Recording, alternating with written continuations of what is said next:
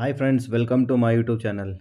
ಇವತ್ತು ನಾವು stock market cycle ಅಂತಂದರೆ ಏನು, ಆ ಸೈಕಲ್ ಯಾವ ರೀತಿ ವರ್ಕ್ ಆಗುತ್ತೆ, ಮತ್ತು ಯಾವ ಸೈಕಲಲ್ಲಿ ನೀವು ಈಕ್ವಿಟಿ ಮಾರ್ಕೆಟಲ್ಲಿ ಇನ್ವೆಸ್ಟ್ಮೆಂಟ್ ಮಾಡಿದ್ರೆ ಬೆಟರ್ ರಿಟರ್ನ್ ಬರುತ್ತೆ ಅನ್ನೋದನ್ನ ಈ ಮೂಲಕ ತಿಳಿಸ್ಕೊಡ್ತೀನಿ.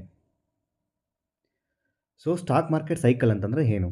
ಸ್ಟಾಕ್ ಮಾರ್ಕೆಟ್ ಸೈಕಲ್ ಅನ್ನೋದು ಒಂದು natural fluctuation of market price. ಇಲ್ಲೇನಾಗುತ್ತೆ, ಮಾರ್ಕೆಟಲ್ಲಿ ಆಲ್ವೇಸ್ ದಿಲ್ ಬಿ 3-4 ಸೈಕಲ್ಸ್ ಅಂತ ಬರುತ್ತೆ. Up trend, down trend, consolidations, ಮತ್ತೇನೋ ಡಿಸ್ಟ್ರಿಬ್ಯೂಷನ್ನು, ಪೀಕ್ ಲೆವೆಲ್ಸ್ ಅಂತ. ಸೊ ಇದ್ರ ಬಗ್ಗೆ ನಾವು ಗೋಯಿಂಗ್ ಫಾರ್ವರ್ಡ್ ತಿಳ್ಕೊಳ್ಳೋಣ. ಸೊ ಈ ಸ್ಟಾಕ್ ಮಾರ್ಕೆಟಲ್ಲಿ ನಿಮ್ಗೇನಾಗುತ್ತೆ, ಸೈಕ್ಲಿಂಗ್ ಅಂತ ಬಂದಾಗ ಇನ್ವೆಸ್ಟರ್ಗೆ ಯಾವ ಸೈಕಲಲ್ಲಿ ಇನ್ವೆಸ್ಟ್ಮೆಂಟ್ ಮಾಡಿದ್ರೆ ಸೊ ಅವ್ರಿಗೆ ಬೆಟರ್ ರಿಟರ್ನ್ ಬರುತ್ತೆ, ಅಥವಾ ಸೊ ಪ್ಯಾನಿಕ್ ಟೈಮಲ್ಲಿ ಇನ್ವೆಸ್ಟ್ಮೆಂಟ್ ಯೂಸ್ ಅಮೌಂಟ್ ಇನ್ವೆಸ್ಟ್ಮೆಂಟ್ ಮಾಡೋದನ್ನ ಅವಾಯ್ಡ್ ಮಾಡಿದ್ರೆ ಅವರ ಅಮೌಂಟುಗೆ ರಿಟರ್ನ್ ಎಕ್ಸ್ಪೆಕ್ಟೇಷನ್ಸ್ ಇನ್ಕ್ರೀಸಲ್ಲಿ ಮಾಡ್ಬೋದು. ಮತ್ತು ಕೀ ಇನ್ಸೈಟ್ ಅಂತ ತಿಳ್ಕೊಂಡ್ರೆ ಮಾರ್ಕೆಟ್ ಸೈಕಲಲ್ಲಿ ಏನಾಗುತ್ತೆ, ನಿಮ್ಮ ಇನ್ವೆಸ್ಟ್ಮೆಂಟ್ ಸ್ಟ್ರಾಟಜಿ ಏನಾಗುತ್ತೆ, ಆ ಇನ್ವೆಸ್ಟ್ಮೆಂಟ್ ಸ್ಟ್ರಾಟಜಿ ಕೂಡ ಇಂಪ್ಯಾಕ್ಟ್ ಆಗುತ್ತೆ. ನೀವೇನು ಅಂದ್ಕೊಂಡು ಇನ್ವೆಸ್ಟ್ಮೆಂಟ್ ಮಾಡ್ತೀರಾ ಅದು ಆ್ಯಕ್ಚುಲಿ ಸೈಕಲ್ ಪ್ರಕಾರ ಮಾಡಿದ್ರೆ ಮಾತ್ರ ನಿಮಗೆ ಪ್ರಾಪರಾಗಿ ಇನ್ವೆಸ್ಟ್ಮೆಂಟ್ ರಿಟರ್ನ್ ಸಿಗುತ್ತೆ. ಸೊ ಫಸ್ಟ್ ಫೇಸ್ ಅಂತ ಬಂದರೆ ನಿಮಗೆ ಅಕ್ಯುಮುಲೇಷನ್ ಅಂತ ಕರಿತೀವಿ. Accumulation is nothing but a cycle beginnings with the accumulation face.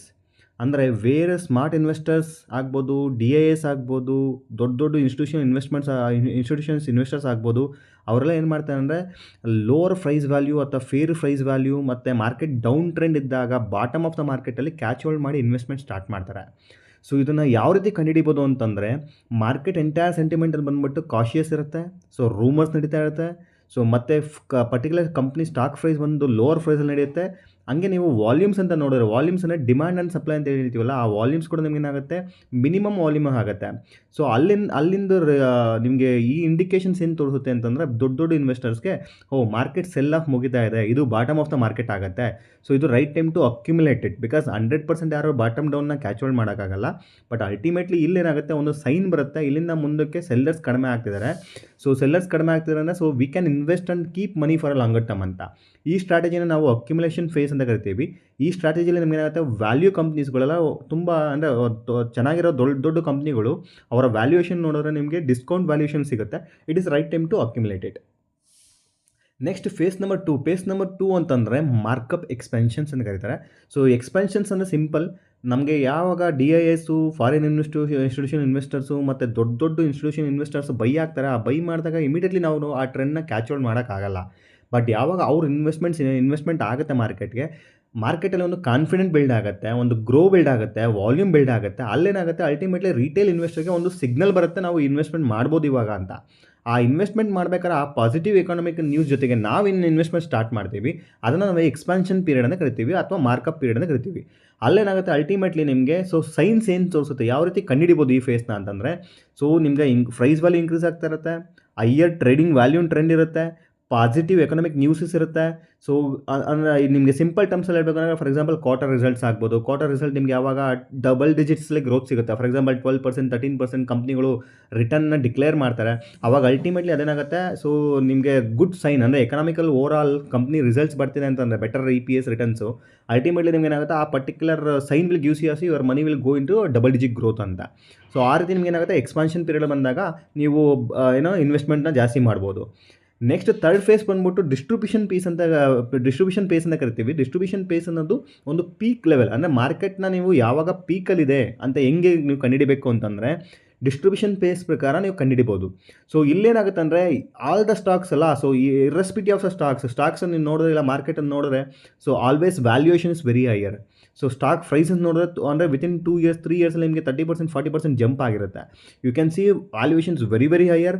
ಮತ್ತು ನಿಮಗೆ ಇಲ್ಲಿ ಏನನ್ಸುತ್ತೆ ಗೊತ್ತಾ, ಸೊ ಯೂಜ್ ವಾಲ್ಯೂಮ್ ಟ್ರೇಡ್ ಆಗ್ತಾ ಹೋಗುತ್ತೆ, ಬೈಯರ್ ಸೆಂಟಿಮೆಂಟ್ಸಲ್ಲಿ ತುಂಬ ಡಿಮ್ಯಾಂಡ್ ಕ್ರಿಯೇಟ್ ಆಗ್ತಾ ಹೋಗುತ್ತೆ.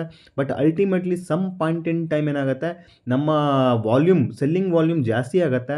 ದೊಡ್ಡ ದೊಡ್ಡ ಇನ್ಸ್ಟಿಟ್ಯೂಷನ್ ಸೆಲ್ಲರ್ಸು ಅವರೆಲ್ಲ ಏನು ಮಾಡ್ತಾರೆ ಅಂದರೆ, ಅಲ್ಟಿಮೇಟ್ಲಿ ನಾವು ಮಾಡಿರೋ ಇನ್ವೆಸ್ಟ್ಮೆಂಟ್ಗೆ ಗುಡ್ ರಿಟರ್ನ್ ಬಂದಿದೆ ಅಂತ they are trying to exit out of the market. ಯಾವಾಗ exit out of the market ಮಾಡ್ತಾರೆ, ಸೊ ನಿಮ್ಗೆ ಅದು ಏನಾಗುತ್ತೆ, ಡಿಸ್ಟ್ರಿಬ್ಯೂಷನ್ ಫೇಸ್ ಸಿಗುತ್ತೆ.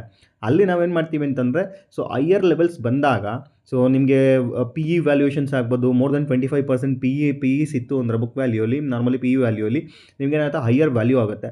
ನಿಮ್ಗದು ಒಂದು ರಿವರ್ಸಲ್ ಸೈನ್ ತೋರಿಸುತ್ತೆ.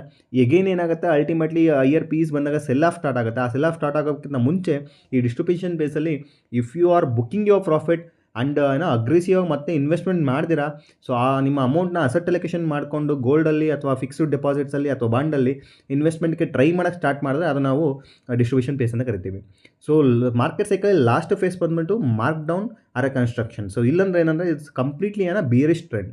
ಮಾರ್ಕೆಟ್ ಏನಾಗುತ್ತೆ, ಒಂದ್ಸಲಿ ಸೆಲ್ಲಿಂಗ್ ಪ್ರೆಸರ್ ಕ್ರಿಯೇಟ್ ಆದಾಗ ಬೈಯರ್ಸು ಮತ್ತು ಸೆಲ್ಲರ್ಸ್ ಜೊತೆ ಡಿಮ್ಯಾಂಡ್ ಆ್ಯಂಡ್ ಸಪ್ಲೈ ಡಿಮ್ಯಾಂಡಲ್ಲಿ ಫೈಟಿಂಗ್ ಆದಾಗ ಇಲ್ಲ ಬ್ಯಾಟಲ್ ಆದಾಗ ultimately buyers will going to lose it. ಅಂದರೆ ಬೈಯರ್ಸ್ಗೆ ಏನಾಗುತ್ತೆ, ಅವ್ರಿಗೂ ಗೊತ್ತು ಅಂದರೆ ಮಾರ್ಕೆಟ್ ತುಂಬ ರ್ಯಾಲಿ ಆಗಿದೆ ಲಾಸ್ಟ್ 3 ಫೇಸಿಂದ, ಈ ಫೇಸ್ ಬಂದುಬಿಟ್ಟು ನಾವು ಪ್ರಾಫಿಟ್ ಬುಕ್ ಮಾಡ್ಕೊಂಡ್ರೆ ಒಳ್ಳೆಯದು ಅನ್ನೋ ಮೆಂಟಾಲಿಟಿ ಬಂದು ಅವರು ಗಿವ್ ಅಪ್ ಮಾಡ್ತಾರೆ. ಯಾವಾಗ ಗಿವ್ ಅಪ್ ಮಾಡ್ತಾರೆ ಅದು ಎಗೈನ್ ನೆಗೆಟಿವಿಟಿ ಕ್ರಿಯೇಟ್ ಆಗುತ್ತೆ ಮಾರ್ಕೆಟಲ್ಲಿ, ಸೆಲ್ಲರ್ಸ್ ಪ್ರೆಷರ್ ಜಾಸ್ತಿ ಆಗುತ್ತೆ. ಆ ಸೆಲ್ಲರ್ಸ್ ಪ್ರೆಷರ್ಸಿಂದ ಏನಾಗುತ್ತೆ, ಆಟೋಮೆಟಿಕಲಿ ಮಾರ್ಕೆಟಲ್ಲಿ ಪ್ಯಾನಿಕ್ ಸ್ಟಾರ್ಟ್ ಆಗುತ್ತೆ. ಸೊ ಪ್ರಾಫಿಟ್ ಬುಕ್ಕಿಂಗ್ ಸ್ಟಾರ್ಟ್ ಆಗುತ್ತೆ, ಜೊತೆಗೆ ಯೂಸ್ ಸೆಲ್ಲಿಂಗ್ ಕೂಡ ಸ್ಟಾರ್ಟ್ ಔಟ್ ಆಗುತ್ತೆ, ಫಂಡ್ಸ್ ಫ್ಲೋ ಔಟ್ ಆಗುತ್ತೆ. ಅದನ್ನು ನಾವು ಡಿಸ್ಟ್ರಿಬ್ಯೂಷನ್ ಮಾರ್ಕ್ ಡೌನ್ ಫೇಸ್ ಅಂತ ಕರಿತೀವಿ. ಈ ಮಾರ್ಕ್ ಡೌನ್ ಫೇಸಲ್ಲಿ ಏನಾಗುತ್ತೆ, ಅಲ್ಟಿಮೇಟ್ಲಿ ನಮ್ಮ ಸಜೆಷನ್ಸು ಯಾವಾಗ ನೀವು ಈ ಸೈನ್ಸ್ನ ನೋಡ್ತೀರಾ, ಸೊ ಫರ್ದರ್ ಇನ್ವೆಸ್ಟ್ಮೆಂಟ್ ಮಾರ್ಕೆಟಲ್ಲಿ ಇನ್ವೆಸ್ಟ್ಮೆಂಟ್ ಮಾಡಿದಿರಾ, again I said asset allocations ಅಂದ್ಬಿಟ್ಟು ಅಮೌಂಟ್ನ ನೀವು ಆಸ್ ಎ ಲಿಕ್ವಿಡ್ ಫಂಡಲ್ಲೋ ಇಲ್ಲ ಬಾಂಡಲ್ಲೋ ಗೋಲ್ಡಲ್ಲೋ ನೀವು ಟೈಮ್ ಬೀಯಿಂಗ್ ಇನ್ವೆಸ್ಟ್ಮೆಂಟನ್ನು ಮಾಡಿಕೊಂಡ್ರೆ ದೆನ್ ಒನ್ಸ್ ಅಗೇನ್ ಈ ಬಾಟಮ್ ಡೌನ್ ಆಗಿ ಮಾರ್ಕೆಟು ಎಗೇನ್ ಸೈಕಲ್ ಸ್ಟಾರ್ಟ್ ಆಗೋದು ಅಕ್ಯುಮುಲೇಷನ್ ಫೇಸ್ ಅಂತ ಸ್ಟಾರ್ಟ್ ಆಗುತ್ತೆ. ಆ ಫೇಸ್ ಬಂದಾಗ you can deploy your money into market. So ಅದು ನಿಮಗೆ ಮಾರ್ಕೆಟ್ ಸೈಕ್ಲಿಂಗ್ ಫೇಸ್ ಆಗುತ್ತೆ. ಸೊ ಇಲ್ಲಿ ಕೀ ಟೇಕ್ ಅವೇ ಅಥವಾ ನಿಮಗೆ the moral of the story ಅಂತ ತಿಳ್ಕೊಂಡ್ರೆ ಈ ಪಾಯಿಂಟಲ್ಲಿ ಕ್ವಿಕ್ ರೀಕ್ಯಾಪ್ ಮಾಡಿದ್ರೆ ಅಕ್ಯುಮುಲೇಷನ್ಸ್ ಅನ್ನೋದು ಬೈ ಲೋ ಕಾಶಿಯಸ್ ಆಪ್ಟಿಸಮ್. ಅಂದರೆ ಸ್ಟಾಕು ಲೋವರ್ ಪ್ರೈಸು ಮಾರ್ಕೆಟಲ್ಲಿ ಜಸ್ಟ್ ರೂಮರ್ಸ್ ಇರುತ್ತೆ, ಮಾರ್ಕೆಟ್ ಲೋಯೆಸ್ಟ್ ಪ್ರೈಸ್ ಔಟ್ ಆಗಿರುತ್ತೆ, ಅಲ್ಲಿ ನೀವು ಬೈಯಿಂಗ್ ಸ್ಟಾರ್ಟ್ ಮಾಡಬೇಕು. ಮಾರ್ಕಪ್ ಅಂತಂದರೆ ಯಾವಾಗ ಆಲ್ರೆಡಿ ನಿಮಗೆ ಅಕ್ಯುಮೇಷನ್ಸಲ್ಲಿ ಬಿಗ್ ಇನ್ವೆಸ್ಟರ್ಸು ಎಲ್ಲರೂ ಇನ್ವೆಸ್ಟ್ಮೆಂಟ್ ಸ್ಟಾರ್ಟ್ ಮಾಡಿದ್ದಾರೆ, ನಿಮ್ಗೊಂದು ಇಂಟ್ ಸಿಗುತ್ತೆ. ಅಂದರೆ ಪ್ರೈಸ್ ರೈಸ್ ಆಗ್ತಾ ಇರುತ್ತೆ, ಜೊತೆಗೆ ವಾಲ್ಯೂ ರೈಸ್ ಆಗ್ತಾ ಇರುತ್ತೆ, ಕಂಪ್ನಿಗಳು ರಿಟರ್ನ್ ಡಿಕ್ಲರೇಷನ್ ಜಾಸ್ತಿ ಆಗ್ತದೆ, ಅದನ್ನು ಮಾರ್ಕಪ್ ಅಂತ ಕರಿತೀವಿ. Where you can deploy your money. Distribution phase ಅಂತ ಬಂದಾಗ ನೀವು ಇನ್ವೆಸ್ಟ್ಮೆಂಟ್ ಮಾಡಿರೋ ಅಮೌಂಟು ಒಂದು ಲೆವೆಲ್ ಎಕ್ಸ್ಪೆಕ್ಟೇಷನ್ಸ್ಗೆ ಪ್ರಾಫಿಟಬಿಲಿಟಿ ಬಂದಾಗ ಆ ಪ್ರಾಫಿಟಬಿಲಿಟಿನ ನೀವೇನು ಮಾಡಬೇಕು ಅಂದರೆ ಸೊ ಸೆಕ್ಯೂರ್ಡ್ ಮಾಡೋದಕ್ಕೆ you can start booking your profit at main time. ಆ ಪ್ರಾಫಿಟ್ ಬುಕಿಂಗ್ ಮಾಡೋದನ್ನ ನಾವು ಡಿಸ್ಟ್ರಿಬ್ಯೂಷನ್ ಪಾರ್ಟ್ ಅಂತ ಕರಿತೀವಿ. ದೆನ್ ಮಾರ್ಕ್ ಡೌನ್ ಅಂತ ಕರೆಯೋದಾದರೆ so completely sell off start ಆಗಿರುತ್ತೆ ಮಾರ್ಕೆಟಲ್ಲಿ, ಎಲ್ಲರೂ ಅಮೌಂಟ್ನ ಪುಲ್ಔಟ್ ಮಾಡ್ತಾ ಇರ್ತಾರೆ. ಅಲ್ಲೇನಾಗುತ್ತೆ, ನಿಮ್ಮ ರಿಸ್ಕ್ ಜಾಸ್ತಿ ಇರೋದ್ರಿಂದ reduce your risk, keep your money into liquid funds ಅಥವಾ FTs ಅಥವಾ ಶಾರ್ಟ್ ಟರ್ಮ್ ಡೆಟ್ ಫಂಡ್ಸ್. ಅದನ್ನು ಮತ್ತೆ ನೀವು ಅಲ್ಲಿ ಕೀಪ್ ಮಾಡಿಕೊಂಡ್ರೆ next may be one time ಈಗಿನ್ ಈ ಸೆಲ್ ಆಫ್ ಕ್ಲೋಸಿಂಗ್ ಬಾಟಮ್ ಬಂದಾಗ ಸೊ ಎಗೈನ್ ಮತ್ತೆ ನಿಮಗೆ ಅಕ್ಯುಮುಲೇಷನ್ ಸ್ಟೇಜ್ ಸ್ಟಾರ್ಟ್ ಆಗುತ್ತೆ. ಆ ಸ್ಟೇಜಲ್ಲಿ ಎಗೈನ್ ನೀವು ನಿಮ್ಮ ಲಿಕ್ವಿಡ್ ಫಂಡ್ಸ್ನಲ್ಲಿರೋ ಅಮೌಂಟ್ನ ತೆಗೆದು ಈಕ್ವಿಟಿ ಮಾರ್ಕೆಟ್ಗೆ ಹಾಕಿ you can put into a forward. So ಇದು ನಿಮಗೆ ಓವರ್ ಆಲ್ ಮಾರ್ಕೆಟ್ ಸೈಕಲ್ ಯಾವ ರೀತಿ ವರ್ಕ್ ಆಗುತ್ತೆ ಅನ್ನೋದು. ಐ ಥಿಂಕ್ ಈ ವಿಡಿಯೋ ನಿಮಗೆ ಇಷ್ಟವಾದಲ್ಲಿ ಲೈಕ್ ಮಾಡಿ, ಸಬ್ಸ್ಕ್ರೈಬ್ ಮಾಡಿ. Thank you so much.